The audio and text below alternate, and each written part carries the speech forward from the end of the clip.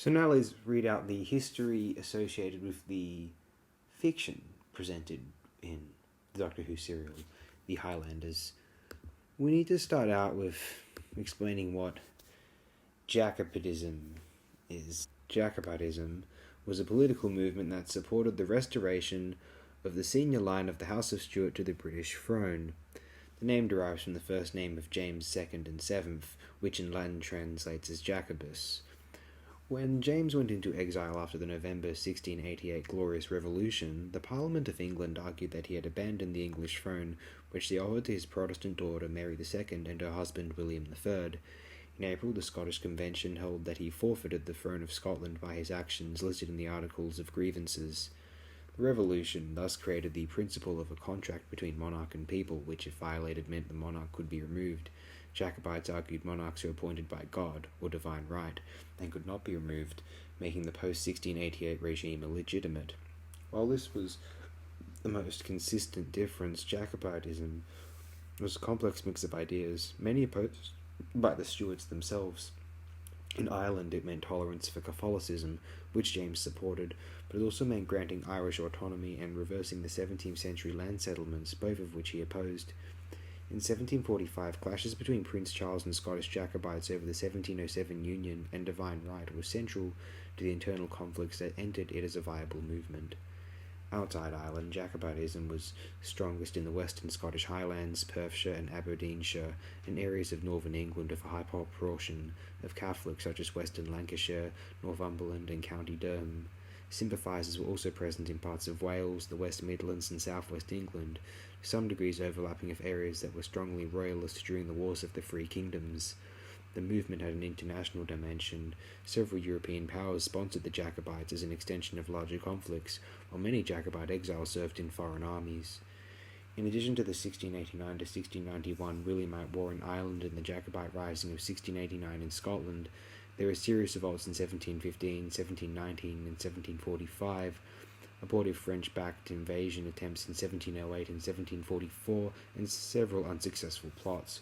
While the 1745 Rising briefly threatened the Hanoverian monarchy and forced the recall of British troops from continental Europe, its collapse and withdrawal of French support in 1748 ended Jacobitism as a serious political movement. The events of the Highlanders take place toward the end of the Jacobite Rising of 1745, also known as the 45 Rebellion or simply the 45, was an attempt by Charles Edward Stuart to regain the British throne for his father, James Francis Edward Stuart.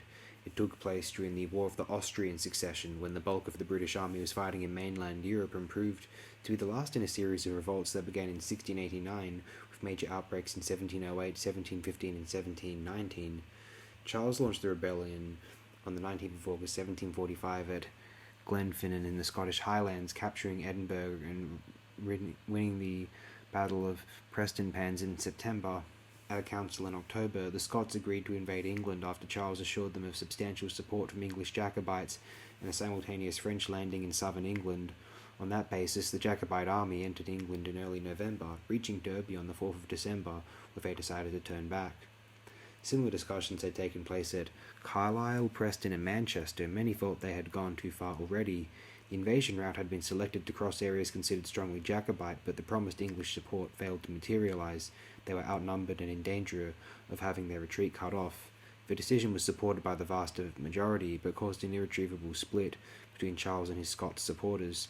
Despite victory at Falkirk Moor in January 1746, the Battle of Culloden in April ended the rebellion in significant backing for the Stuart cause. Charles escaped to France, but was unable to win support for another attempt, and died in Rome in 1788. This episode specifically takes place after the Battle of Culloden, the final confrontation of the Jacobite Rising of 1745. On the 16th of April 1746, the Jacobite army of Charles Edward Stuart was decisively defeated by a British government force under Prince William Augustus, Duke of Cumberland, on Drumossie Moor near Inverness in the Scottish Highlands. It was the last pitched battle fought on British soil. Charles was the elder son of James Stuart, the exiled Stuart claimant to the British throne. Believing there was support for a Stuart restoration in both Scotland and England, he landed in Scotland in July 1745, raising an army of Scots Jacobite supporters. He took Edinburgh by September and defeated a British government force at Prestonpans. The government recalled 12,000 troops from the continent to deal with the rising. A Jacobite invasion of England reached as far as Derby before turning back, having attracted relatively few English recruits. The Jacobites, with limited French military support, attempted to consolidate their control of Scotland, where by early 1746 they were opposed by a substantial government army. A hollow Jacobite victory at Falkirk failed to change the strategic situation, with supplies and pay running short, and with the government troops resupplied and reorganised under the Duke of Cumberland, son of British monarch George II. The Jacobite leadership had few options left other than to stand and fight. The two armies eventually met at Culloden, on terrain that gave Cumberland's larger, well-rested force the advantage. The battle lasted only an hour, with the Jacobites suffering a bloody defeat. Between 1,500 and 2,000 Jacobites were killed or wounded, while about 300 government soldiers were killed or wounded. While perhaps 5,000 to 6,000 Jacobites remained in arms in Scotland, the leadership took the decision to disperse, effectively ending the rising. Culloden and its aftermath continued to arouse strong feelings. The University of Glasgow awarded the Duke of Cumberland an honorary doctorate, but many modern commentators allege that the aftermath of the battle and subsequent crackdown on Jacobite sympathisers were brutal, earning Cumberland the sobriquet Butcher. Efforts were subsequently made to further integrate the Scottish Highlands into the Kingdom of Great Britain.